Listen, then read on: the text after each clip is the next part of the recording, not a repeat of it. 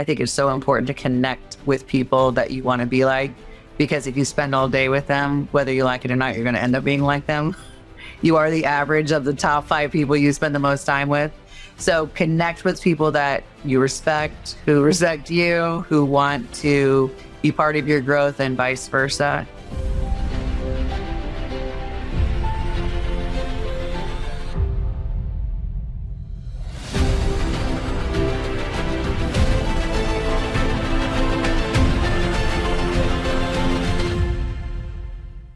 Welcome to Deal Flow with me, Michael Pulio, the go-to destination for private equity and real estate professionals, including institutional investors, sponsors, and market experts. Each week, I talk with industry insiders on everything real estate, capital, and prop tech. Today, we're thrilled to have Hannah Ott, Vice Chairman at CBRE, join us. Hannah is a distinguished leader in the commercial real estate sector, specializing in multifamily properties across the Midwest. With over 2 decades of experience, she has led or been involved in the sale of more than 400 multifamily properties, encompassing over 92,000 apartment units with total consideration of close to $8 billion.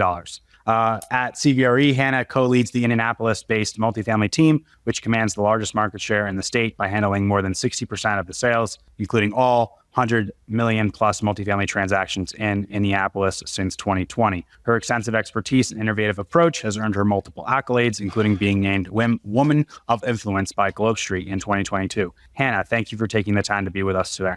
Yeah, absolutely. Thank you for inviting me. I'm happy to be here. And even though I had 2 decades of experience, I obviously started when I was 10. So no one should think I'm as old as I am. No. Yeah, you started really early. You know, you were a go-getter from the age of I'm really impressed by your background. I want to get into that. I love it if you could. Although I gave you kind of a rundown there, I would love it if you could give me just from your own words. You just run us through kind of your career and how you got to your current position and what you're focused on today. Yeah. So I actually did start really early. I started in my early 20s in South Florida. My husband actually was going to flight school in South Florida. And so we moved to South Florida, and I had 2 final interviews, and one was at a residential company selling houses, and the other was at a commercial firm. And I knew the commercial firm was the route for me. So I started there, and then I'm from Indiana. So I've been back in Indiana since 2007. So the bulk of my career has been here in the Midwest, mostly based in Indianapolis. Was born in Chicago, but I'm actually, most of my life, I lived in Indiana, other than a short stint, a couple years in Miami where I started, and then 4 to 5 years in Memphis when my husband, who's a pilot, transferred to when there was a Northwest. We were there, but we knew we always wanted to get back to the Midwest. So most of my career has been here, based in Indianapolis, selling apartment properties throughout the Midwest. And my business partner, 𝐮𝐸𝐽, I joined his firm that he started in 2005. I joined him in 2008. And then he and I later became partners, and we sold that firm to Cushman & Wakefield in 2018 and had a great experience there. We were there for 5 years. And at the end of that 5 years, we were being courted pretty heavily by other firms. And when we looked behind the curtain at other firms, it was pretty clear that CBRE was the best place for our team to continue to take things to the next level. So at the end of last year, our team came over. We have 12 people here in Indianapolis. We sell multifamily properties in Indiana, Louisville. We partner in Ohio, Michigan, and some other places throughout the Midwest. We'll sell, depending on the year, 40 to 50 deals a year. Our average deal size is between 40 and 50 million, but at every cycle, we always have a $5 or $6 million deal in the market, and then typically an over $100 million deal in the market. So we sort of cover it all, as long as it's multifamily. Got it. All right. Well, that's a lot of deal volume per year. So you got a busy team then, I guess. We do. Yeah, we do. We have we're 12 people. It's 6 brokers and 6 non-brokers, and we've got a lot of really experienced people. And that's really our secret sauce, is the experience level and the size of our team. So we handle everything from the very beginning of the transaction all the way down to the end. We do our own settlement statement, do our own prorations, and we say we specialize in drama-free closings. No, I've not been part of any of those. Congratulations on that, on being able to accomplish drama-free closings. So yeah, thank you for that rundown of your background. I'd love to talk a little bit about the markets that you operate in. You mentioned the Midwest markets that you're primarily focused in Indianapolis. I'd love for you to give us a little bit about Indianapolis and what attracts people to investing in multifamily in the Midwest. Would love to talk more about that, because I think it's becoming more and more interesting to people as the market develops. Absolutely. So I mentioned I've been back in Indy since 2007, 2008, and selling apartment communities 15 years ago in Indy is different than it is now, because there's a much broader appeal. People want to be in the Midwest, and it's been happening for a while, but it really started to accelerate after COVID. So in 2020, when other markets had much higher bad debt and didn't open as quickly, the Indiana was pretty quick to go back, open schools, restaurants,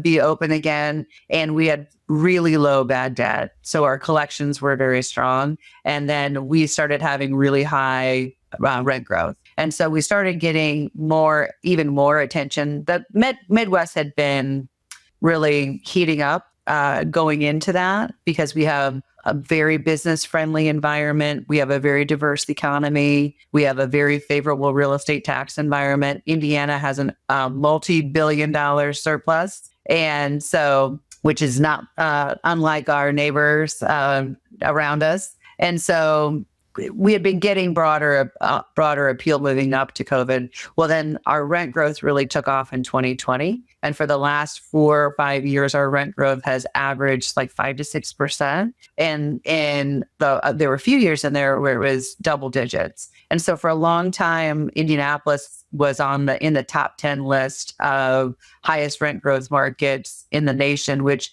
previous to that, in my career, that had never happened. So we have strong, steady rent growth. We're not overbuilding. We have a small amount of units that we're building commensurate with our overall supply. So in Indianapolis, we've got about 175,000 units. We're only building, 3,000 to 6,000 units a year. And so we've, have mid-90s occupancy. And like I said, very business friendly. And so people are excited to buy in Indianapolis. It sounds like it's kind of the best of everything, because you've got good revenue growth. You have strong collections. Obviously, this is all relative, right? It's relative to some of the other markets that people were, a lot of the institutional and maybe more of the hot money were focused on these, smile states or the Southeast or Texas. But the things that you're describing, they were experiencing high revenue growth, but they're also experiencing pretty strong expense growth. They're having difficulty with collections, and then the competition is intense, and so the pricing is getting a little bit, or was getting a little bit out of control. So you have like a relative value play essentially in the Midwest, that you kind of a sleeper, so to speak, relative to some of your the southern part of the United States that has been getting a lot of attention, but maybe the Midwest should be getting more attention, it seems. Yeah. We've been known for years and years as Steady Eddie. And I think during COVID, that was really appealing, is that we are very steady. And you mentioned expense growth. We've had expense growth here because of inflation, but we haven't had the massive expense growth like other people have seen in other parts of the country with real estate tax expense growth and insurance expense growth, because we don't have hurricanes and earthquakes. And so we're not immune to the rest of the things that are happening in the rest of the greater economy, but they tend to be muted here. So we won't hit the highs of highs. We don't sell properties for 3 caps, although we did actually sell plenty of high 3 caps in the day in 2021 and 2022. But we won't hit the low lows either. And so it's a very steady place to do business. Yeah, I guess it's kind of, if you were to make an analogy to the equity markets, like a low beta like play, you get the same, cycle returns, or maybe even better, because you don't have to experience the volatility of going, back and forth from the highs and the lows and the capital moving in and capital leaving. So you guys have a better foundation and better full cycle performance, perhaps. That's right. So that's great. Maybe could you tell me a little bit about, how you guys do business? You mentioned about your capabilities at CBRE and, how you guys are doing settlement statements and helping your clients with all of that. But, being able to do, if I'm doing the math correctly, a couple $1 billion in transactions a year on a 12-person team with 6 brokers, that's 4 or 5 deals a month that are kind of coming in, coming out. Is there some wizard that's helping you do this? How are you guys accomplishing this? Tell me, is it, how do it's there's a lot of moving parts there. Maybe tell us a little about your secret sauce to building such a successful team, over this long career. Well, I can't give it all away. No, of course. Yeah, no, but so it's been a long process. So my business partner, 𝐬𝐻𝐫𝐿 has been selling apartments in Indiana for more than 40 years. And so we have, what you're seeing is a team that's been built over a 40-year time period. So we have a process for everything. And I like to say we've seen it all, but on every year, we're like, there's something that comes up in a transaction that is relatively new. But the thing I can tell you is that we're extremely focused and everybody knows exactly what their role is on the team and knows what the expectations are. We spend a lot of time together in the office. I think that's a big thing where we're often, all 12 of us are in the office together. Everybody knows exactly what they're doing. Everybody has a counterpart. Every person on our team has somebody that does what they do so that they can go on vacation, be sick, have a bad day, be overloaded with work because then they have somebody to share it with. And so the concept of teamwork is really, I won't say we've perfected it because we're always trying to get better, but that's a major part of it. So George is fishing today in Tennessee. And so I was on fall break all of last week, and we had a fire on a cute size deal that we're selling, and George handled that and seamlessly because we always know what is going on. We also do a lot of coaching on our team. We always have a coach that we're working with.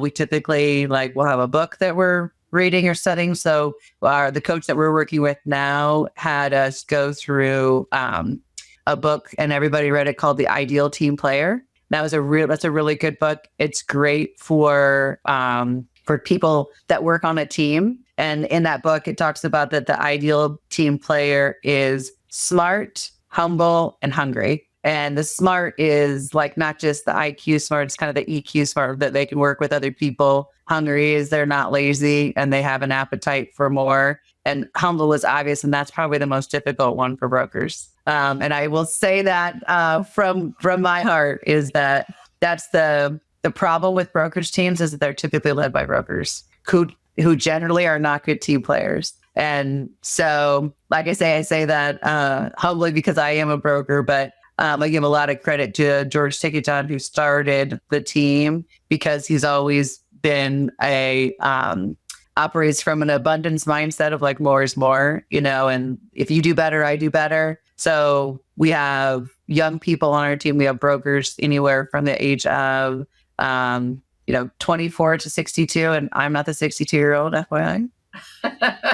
I'm the 24-year-old. Yeah. And so we have all ranges of sort of experience. And so it's really the team concept, everyone knowing what they're doing, working together. One of the people that we brought onto our team several years ago, she was at a large REIT before, and she said, I would come into the office and a week would go by and I wouldn't laugh at the office. She's like, we laugh every day here. And so we do it all. We laugh, we cry, we close a lot of deals, get frustrated, get excited. Mm-hmm. Yeah. Very good. Yeah, no, I think there was a lot in there that was really great. I take notes while I do these, so that I can hopefully consume this information and absorb it. And the constant improvement, the in-person connections, having the long-term relationships in the market with owners and, so you have those buyer and seller relationships that you've built through decades with them, and then just having processes for everything, and then doing lots of postmortems about, hey, well, what happened on this deal? Well, how can we add that to our process? It goes back to that constant improvement and the coaching,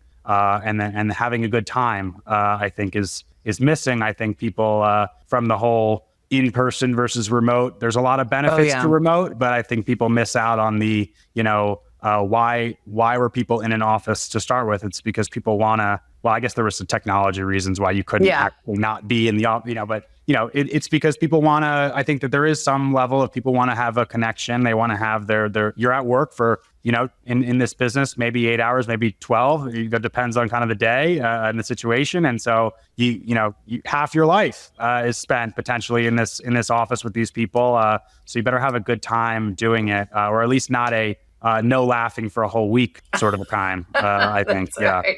Well, there's a pretty massive energy exchange too that happens when you work with people that you connect with. And that's good or bad. We kind of take on the energy of the people that we're around. And so as one of the leaders of the team, I think that's one of the things that I take very seriously is how do people feel when they're at the office? How do they feel about their job? When they leave our team meeting on Monday morning, how do they feel? Do they feel like their efforts are appreciated? Do they feel like we see them and what they're doing? And that's a major thing I think about with clients. When I go into a pitch, I think, how do I want that client to feel during the pitch, after the pitch, and really sort of thinking of putting myself in their perspective and realizing that, this is a relational business and we all make decisions from the gut, whether we like it or not. And so kind of getting into that softer side of sales, which I think that's one of the biggest dynamic that's amazing for our team, is that we're one half male, one half female, and in every position. So we're half female brokers, half male brokers, half underwriting is our analysts are both men and women. Our closers are both women, and so is marketing. But we having that yin and yang balance, I think, is big, because we all can resonate. Clients want to speak to different people at different times, kind of based on where their strengths are. So when I started working on this, when I started working with George, actually, when I met with him the first time, we met together, and he said, it's me. I have a small shop. It was him and a small group of people. And he said, I'm not looking to add other brokers. So I went to a smaller boutique and did well. And about a year later, he said, I am thinking about maybe adding somebody. And so we sat down together, and I actually said, oh no, I think I'm going to stay on my own. I'm enjoying this, doing plenty of business on my own. And he really sold me on the team concept of that when you really to move up the food chain in the commercial real estate industry, you've got to be part of a team because it's a very sophisticated process. But in order to also you up level in your business personally, being on a team helps you leverage off of other people's strengths, which both allows you to stay within your magic, but then your weaknesses are covered up by somebody else. So there's plenty of things that I'm not good at, and I just don't do them. I just don't. Yeah. And so George and I have very different skill sets, and it works great because there's a lot of things that he does for our team from a detail-oriented standpoint, very data-driven. He will read a 50-page document and abstract it, and I will actually die if I do that. So it's great to have a team like that and to have partnerships like that where you can really leverage off of each other's strengths. Yeah, I mean, and having the awareness of what everyone's strengths are, and knowing that a team is not a bunch of, it's not the all-star team, right? It's the idea is everyone is a position player, and you have your shortstop, and you have your pitcher, and you have your catcher, and everyone's doing a different role, and they're experts in what they do, and you put it all together, and you've got a winning formula, winning team. We listened to this podcast one time on the way to a training thing. I wish I could remember who it was, but they were talking about these super chickens. And a super chicken is a chicken that produces more eggs than anybody else, extra eggs. And so they're like, well, let's just put all super chickens together. And then we'll have, so they did. They put 50 super chickens together, and they killed each other, actually killed each other, pecked each other to death. Yeah, because they're all the alpha chicken or whatever. Yeah, that's right. Yeah, right. And so that's what they were talking about, is that they're like, if you put a bunch of, brokers or producers or whatever together, they might kill each other. But if you can partner them with Right. people are amazing at underwriting, amazing at marketing, Sure. great at closing. Yeah. Yeah. My son is like a little off topic. My son's in third grade, and at school, his grade's responsible for the chickens at school. Yeah. And so they happen to have to bring in some new chickens this year because of a bear. I won't go into the details, but and so when they do that, there's a period of time where there's like a reorganization of like who's the alpha chicken and who's the all the other, it all kind of like the pecking order is established, right? And so, yeah, if you have you've got team dynamics are really important, I guess, is the takeaway, whether it's chickens or it's anything else, it's important, across the board. So, yeah, for sure. You spoke a little bit about, I think challenges. I'd love to shift there a little bit and talk about, we've had, maybe every 5 years, it's always, there's ups and downs every 5 years, every cycle, every all the time. But I feel like these last 5 years have been particularly challenging as it relates to real estate. A lot of ups and downs, lots of new things, lots of unexpected developments. Wondering if you could speak to, given you've been in the business for a while, what was unique about this last 5 years? I don't know where you want to come at it from. You could talk about COVID, you could talk about, where the market is today, but I really like to hear a little bit about your experience on how the last 5 years were maybe different than in the past, from a transaction perspective, buyers, sellers, the capital markets, wherever you want to go, whatever you think is most engaging. From a transaction standpoint, there was a time period and this happened right after COVID. So I remember in April or May when when we were all working from home, we were not putting properties out on the market at that time. And we put our first properties out on the market like in July of 2020, which is pretty early. And they were successful. And so we started taking more properties out. And then, what happened? The market just sort of caught fire. So at the end of 2020 and all of 2021, it's like we couldn't get properties out fast enough. And basically everything that we took out sold, and it sold for anywhere from 2 to 10% over our guidance. There was plentiful equity. There were tons of buyers. And our challenge at that time was really just kind of like keeping up. So we went from doing like 30 transactions, like 60. And so we added team members, which, people are the same as chickens, I guess, because when you add new people, everyone starts to figure out where my spot is and so forth. And so the challenge in that was, from a broker's perspective, was one, to keep up, and two, to add value. Because if owners could send out a T12 and a rent roll at that time, and if they could hit pricing, lending was easy, cap equity was plentiful. It was fairly easy to get transactions done at that time. And our biggest challenge was to communicate to owners that these aren't like commodities. Like this is still a transaction that has lots of nuances, and it does require someone to lead them through that. And so fast forward to where we are today, it's one of the things that has helped our team maintain volume, even in light of rising interest rates, is that it's harder to do deals again. And so having somebody that can shepherd the process and knows where the issues are and will be very detailed in both underwriting a deal and presenting it to a market and going through the process,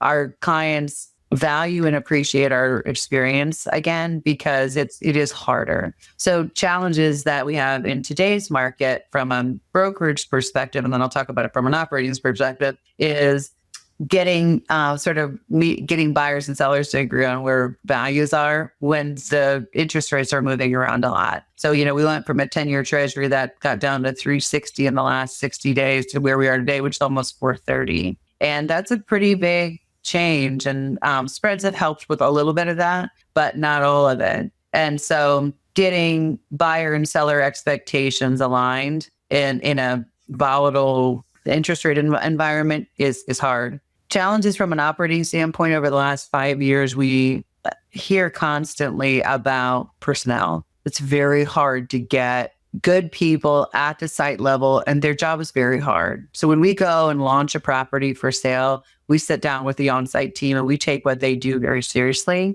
because it's hard. They're there every day to collect the rent, deal with issues, make sure that the place stays full. And it's a very daily job. And, if they can do something else that's less arduous and maybe do it from home and not have to deal with some of the things on site, they may do that.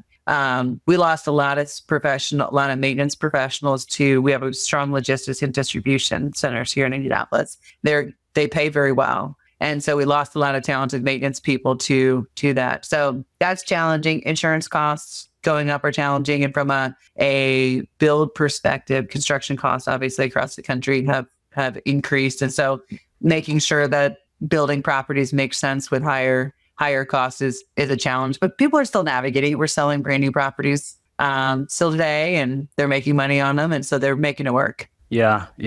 Well, I think you had mentioned something about adding value and how, things were selling, like hotcakes, and, it was kind of like as soon as you got it up, people wanted it and they would pay. And it was tough to understand. Yeah. Broker guidance usually is pretty spot on as long as the market's not, flying around too much, but we've had a lot of flying around. So it was like, hey, best and final cutoff, we thought it was going to be here. And then it's like, well, actually it's going to be $1.5 million higher than you are. And you're like, but we just talked about this 4 hours ago, and and so it was very fluid, very, the market was salivating, very euphoric, I guess, in a way. And that was, not unique to multifamily. It was, kind of happening everywhere. Everyone was trying to drink in the Kool-Aid. And now it seems like, it's difficult to kind of keep transactions together, to your point. Maybe, you could speak to a little bit of the challenges, I think, with COVID. And then I guess when the Fed increased rates, there was obviously a lot of volume of transactions that were done,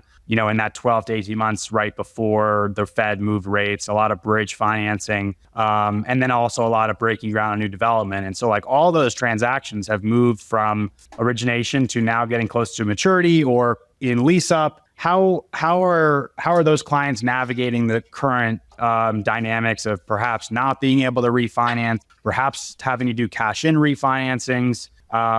You talked a little bit about how operating performance has been pretty strong. So you haven't had to deal with as much bad debt as maybe some of your counterparts in other parts of the country. But maybe just speaking to the structural problems of, hey, they had a lot of debt at a really cheap rate. Now rates are much higher. It's really hard to figure out how to make those transactions work now. I think it's a lot of psychological conversations with your clients about them capitulating around what value is. But, what are you seeing? How are you helping your clients navigate that sort of outside of the transaction, right? It's sort of like, okay, how do we help these clients understand their best way forward, given sort of maybe difficult choices? Yeah. So each situation is unique. We have been fortunate in the Midwest that we are seeing pretty low levels of distress because we didn't have that really, really, really low cap rate. They were low here, certainly, but we didn't have that super low cap rate. And then we've also had rent growth in conjunction without too much expense growth. So if you had a property that you purchased a couple of years ago that has had negative rent growth, that rents have fallen and expenses have gone up a lot, you're in trouble. That hasn't really happened as much in the Midwest. So we do have people that are selling properties for less than they had hoped for. But so far, aren't seeing lots of distress. It's very limited. And so we always fancy ourselves advisors first and salespeople second. And so we're sitting down with owners and talking with them about what is their best course. And so, for instance, right now we have a number of assets that we were just about ready to take to market, and we decided to wait because of the volatility and the interest rate environment and the expectation that maybe after the election and maybe by the first quarter of 2025, that rates will be lower. And so as long as we don't have an impending deadline, we might as well wait 90 days. So it's been a little bit quiet. So we had our Midwest multifamily call here at CBRE, and all the teams agreed that CA counts are down a bit. And because a lot of people are sort of taking this wait and see approach, I also do think that in this time period that being a contrarian sometimes helps. So we have a brand new Class A suburban deal on the market right now, and it's probably the only one out in the Midwest right now. So it's getting good attention because there are people still in 1031 exchanges. There's still people who need to place, they're rounding out a fund and they want to stay active. And so there is a bit of a contrarian approach on some deals that make sense. I wouldn't take out a non-stabilized deal right now, though, that you're like, well, we're counting on it by the time we get to due diligence to be stable, just because people are in a little bit more of a wait and see approach right now. Yeah. Maybe we could talk a little bit. We don't have to talk specifically necessarily about that Class A deal, but I think that space of recently completed projects, given, maybe some of the dynamics of supply coming over these next few years, why does, and you can make the case for why does a brand new construction, delivery and lease up, or just in stabilization make sense today versus perhaps a vintage deal in the same market? Why would someone go with that sort of a project versus, like an 80s or 90s value add, for instance, just because I think there's opportunity there potentially. Yeah. It's very buyer driven. And so for somebody who's looking at a brand new Class A deal, often it's groups that have pretty tight vintage requirements. Like they just, we talked to a group yesterday about this deal that we're selling. And they're like, we just don't buy anything that's older than 2010. So we hear from a lot of people that say, I won't buy anything older than 1990 or 2000 or 2010. And so those folks are just focused on the newer product because that's who they are as a company. That's what they do best. All their marketing is set up for that. Their processes are set up for that. And so that's what they do. And generally that'll come at a little bit lower yield, but perhaps lower headache and maybe a little bit lower risk. For the 70s, 80s, even 60s, 70s, 80s value add product, there's higher potential there. And we sell those to groups that have in-house construction. And that's how their construction side stays afloat, is that they renovate all of those units, or they're promising a higher return to their investors. And so they're frankly working a little bit harder to get that because they're renovating units, re-tenanting and doing that. And so really it's driven by who that company is sort of in their goals and what they're trying to do. And we see companies change over time. We've had a lot of groups that we've seen that started out like the more gritty 60s and 70s product. And I have a group out of the East Coast that I love that we do a bunch of business with, and we work for them sort of all throughout the Midwest. And the first deals they bought were 60s and 70s, very gritty workforce housing deals that they improved from a physical standpoint and raised rents and provided a really great community and increased the value and sold that. They have moved towards newer and newer product, and now they're just building. And so they're no longer dealing with, clay tile that burst and you have big water issues and so forth, because they made a lot of money in that space because it can be very lucrative. But there's a lot of that goes along with that.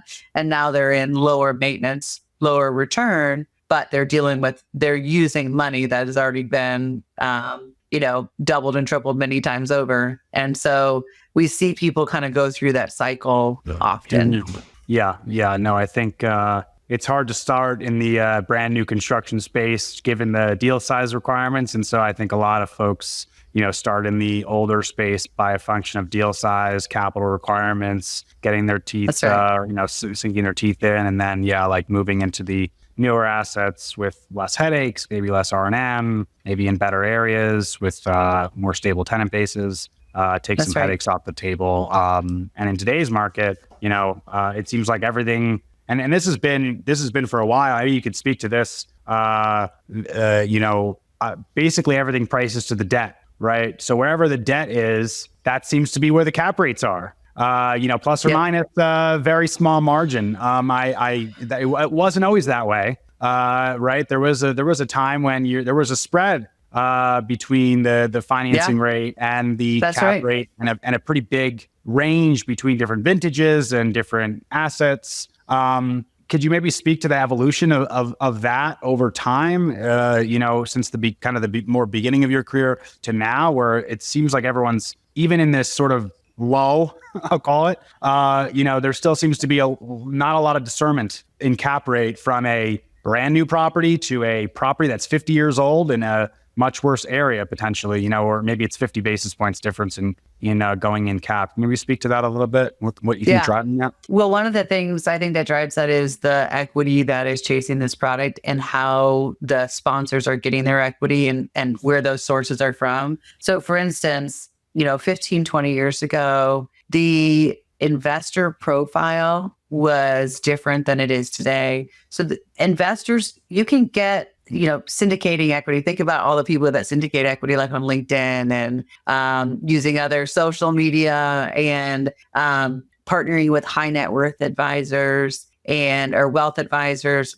that advise high net worth individuals. There are more people, and I wish I knew the stat on this, the number of actual individuals that are invested in multifamily now is drastically higher than it was before, because you used to have to come to the table with, $500,000, $1 million, $2 million. Now you can invest in these properties at $25,000, $50,000, $100,000. And so there are more people that are invested in these deals, which means more competition. And so I also think that multifamily in and of itself has changed. So many years ago, the term renter by choice was coined. Well, many years ago, renting you did it out of need and necessity, not out of desire, because we didn't have these beautiful, lavish, at least in the Midwest, resort-like multifamily properties that you choose to live in. And you say, I could easily go buy a nice home, but I choose to, because of lifestyle reasons, to live in this beautiful multifamily property. And so people are staying in apartments longer because the experience is much different than it used to be. So the investor profile has changed, but the product has changed as well. So you can, when we sell a brand new Class A property, the average household income will be somewhere between $150,000 to $250,000, which for the Midwest is very high.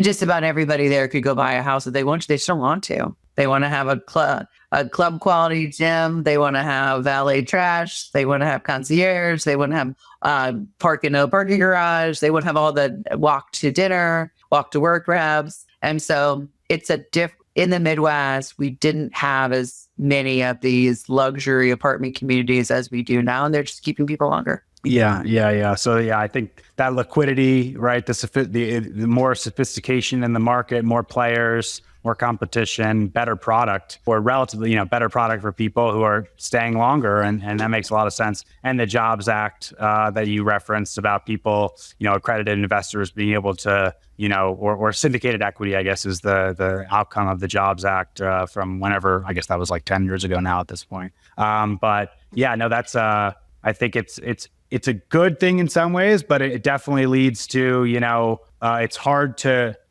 discern, the relative risk of different types of deals. And I think it makes it difficult for those investors too, who maybe have less skin in the game, less sophistication as it relates to the market, really to understand, well, what is the difference in, the risk profile between a brand new building and an 80s construction building? And if they're delivering what is projected to be the same return, how do I as a retail investor or an accredited investor evaluate that really? And everyone seems to be selling to the same return targets, no matter whatever the underlying asset is, everything's returning the same. And so it's like, well, I don't know if that makes a lot of sense, but we are starting to see that change. Okay. I am starting to see that change because I hear constantly from people that equity is very hard to raise. And I hear that from sort of young shops all the way up to very experienced groups, that if they're raising equity and they're not utilizing their own money or have a fund that's already been raised, raising equity is hard. So it is changing. So I was speaking with a developer who's raising equity for a deal here in Indiana, and they have pretty significantly increased their yield projections. And so they're basically getting less for themselves in order just to raise the equity. So we are starting to see that change. One way I would sort of describe this last year's is, and kind of 2023, but a little bit of a return to normal. So there's a difference in cap rate between a Class A property, Class B property, Class C property, which for a minute it felt like there wasn't. Yeah, it just was all, 4.5 or something, And so we're sort of seeing a return to that. And, we used to get 10 to 15 offers on properties pre-COVID. And then during COVID, we'd get 20 to 40 offers. And we're still in that, depending on the asset class, in that like 20-ish range offers typically on a property. But we work really hard to get those offers though. They don't just fly through the door like they did in 2021 and 2022. So it's a little bit more of a return to normal. Yeah. And so to that return to normal in today's market in the, fourth quarter of 2024, where are you, ballpark seeing these kind of going in cap rates? If you were, give some ranges on different types of assets, just so we can get a benchmark here. Sure. What are you seeing for new stuff, for vintage value add, kind of better neighborhoods, like more workforce neighborhoods? What are you seeing? Class A suburban product, if it's brand new and there's not a lot of meat left on the bone in terms of rent left, you're in that low 5 cap range, which is still slightly negative leverage or a little bit, but they're depending on rent growth. We are selling a Class A suburban deal at a high 4 cap right now, and it's a unique buyer profile that understands the uniqueness of this asset, and they're planning on significant rent growth. So I'd say if for really, really well located property in a suburban location, we could still touch a high 4. But that buyer's like, I know I'm going to hit low 5 and mid 5 in the first couple of years. And then for more of a Class B deal, we would see like 5.5 to 5.75. And then workforce housing, we're seeing around 6+, depending on age and location. Yeah. And I presume so that kind of brand new construction type product, those folks are thinking high single digit total return, a little bit of cash flow around the risk-free rate maybe, and then they're getting their debt pay down, they're getting a little maybe appreciation over time. That's right. Maybe a 6 to an 8, cash on cash during the hold period, and sort of a low to mid-teen IRR. Okay. And then that B set deals and the workforce deals, I assume they're open to build, they're looking to increase get a lift there, right? They have some business plan to get that 6 to a 7 and 8, something like that over the, next few years. And they're sort of forcing value, whereas the other folks are more kind of riding the asset up, so to speak. That's right. And I guess where do you see, in that spectrum, kind of the most opportunity you think for folks these days? Maybe it's everywhere with kind of, I think with given the fact that it's hard to raise equity, I think that's a sign that it's probably a pretty good time to be buying because, less equity means less competition, means lower prices on a relative basis. If everyone wants to buy it, we're back to where we were in 2021 again, and it's super, super competitive with low cap rates. So maybe it's across the spectrum we're a good opportunity. We just don't see it. It's hard when you're in it to see the opportunity. But what are you seeing? Where do you think that the most opportunity is for people who are coming into the market today or building their portfolios? The best opportunity to buy is from a motivated seller. And whether that's a Class A property or a B or a C, it doesn't really matter. And motivated sellers today are generally motivated by some sort of debt, maturity, rate cap coming up, bridge loan, IO burning off, because I think people look at interest only burning off kind of like a loan maturity, because they've been getting cash flow during their IO period. And then we have a number of properties that we've sold this year that we sold as soon as they started amortizing because cash flow went down. And so I wasn't really trying to be cute and be like, demotivated, but if you have a seller that's motivated for some reason, then that right now, that's mostly what we're selling is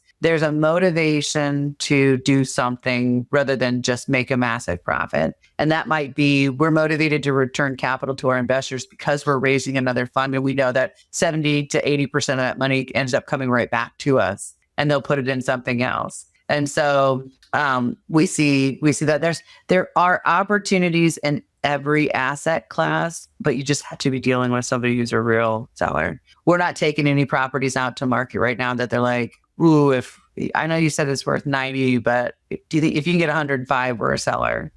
We're like, those are deals that we could potentially get to in 2021 and 2022. So we're mostly solving issues for owners that say, I want to, I have a partnership structure that's changing. I want to return capital because I want them to invest in something else. I have a loan maturity. I'm on a bridge loan, something like that. Yeah. So they're willing to kind of meet the market price, right? Where versus, hey, I'm just going to see, and if I can get my price and I can waste all of your time and your team's time, I'll do it, right? Because from their perspective, It's like, oh, I'm just getting a free look at the market. From your perspective, you're doing a ton of work. So as we're getting here to the end, you talked a lot about team dynamics. One thing that we didn't talk about was maybe technology. How are there any like sort of new technologies that you guys are leveraging or that you see your owners leveraging in these last few years that maybe weren't on the radar, say 5-10 years ago, that people should be thinking about? Yeah. One of the things I was going to mention when you talked about how things have changed over the years is certainly technology. So having AI where it is, I mean, people already have been using rent optimizing software for years, but we're actually seeing really good use of AI in apartments where you get out, you reach out to them about an apartment unit, and a chatbot gets back to you with everything you need instantly. Could be any time of the day. Then they text you for follow up. That has made a big improvement. And those owners that are utilizing technology from a leasing standpoint, that's made a big difference. Also, data is just so much more readily available. You can really look at with subscriptions to Yardi and CoStar, you can really look at good real-time data. We use all the major platforms at CB. We have access to really everything. Our CRM is really good, and it has helped us just be quicker in how we are getting back to people. One of the ways that we use technology is we do a virtual tour, and we can have anywhere from 10 to 30 people on a virtual tour where we have an indoor and outdoor drone. So we use a drone that does the outside of the property, but it goes in the units, all the amenities, and you get a really good tour that way. You can do in a 7 to 8 minute interior and exterior drone video, you can see every amenity. You can see the surrounding area. We do, if there's anything interesting going on around the property, we do that. That's helped. Those things have been massive time savers for us, and they allow people to understand an asset really well without traveling. So the difference in technology from a brokerage standpoint from now until 25 years back is massive. And that is how it helps us do more deals, is because we can just do it so much more efficiently. Yeah. And then, who doesn't want to see a drone video too, right? It's, you get more. Yeah, it's very people, cool. Yeah. Right. It's cool. And I don't think that, I think you're sort of on the, the cutting edge and you guys, so far as doing a lot of that stuff and being willing to do virtual tours in that way, versus even some of the other brokerage shops that, hey, I'm still getting on a flight to go and do a tour. Yeah. And I'm like, okay, well, so 20 hours of travel for 15 minutes a tour. Yeah. Is that really a good use of everybody's time, right? Your guys' time and the client's time, right? Right before I got on this call with the meeting with you, I had 4 people on a conference call in Miami, sitting in a conference room, so a massive screen in there. And I showed this, 5-minute video, and we're talking the whole way through it. And they were like, that is so helpful that I don't have to fly to Indiana because they not only saw the inside, but the outside of the property and the whole area, because we have it fly around the location as well. And they got a really good feel for the asset, and it's much more likely for us that they will spend time on the deal, underwriting it now that they know it better. Yeah. No, I think it's a good way of getting people, more engaged, even if it's not something it's not going to get them past doing that tour to get in the best and final round, but it will maybe. They'll eventually have to do it. They'll eventually have to get on the property. Maybe in 20 years, we'll just be using, goggles, and we'll be walking around VR, and be buying these properties like we do buy books on Amazon. But I don't think we're quite there. So it's just the last question I have is, anything else for someone who's maybe starting their career in real estate or starting their career in brokerage, and looking to have a successful career as you have so far, and anything you'd like to leave our listeners with as it relates to what they should be focused on to be successful here in the business. Well, from a brokerage standpoint, I think it's so important to connect with people that you want to be like, because if you spend all day with them, whether you like it or not, you're going to end up being like them. You are the average of the top 5 people you spend the most time with. So connect with people that you respect, who respect you, who want to be part of your growth, and vice versa. And so really who you connect with from a brokerage standpoint on teammates is so important. And really from a client standpoint as well, is that this is such a relationship business. So, make the connections with the people that you resonate with the most. Got it. So instead of location, it's relationships. That's right. Good relationships in a great location. There you go. Hannah, thank you so much for your time and for sharing some great insights and knowledge in the real estate space. If listeners wanted to get in touch or find out more about you or your firm, your team, what's the best way for them to do that?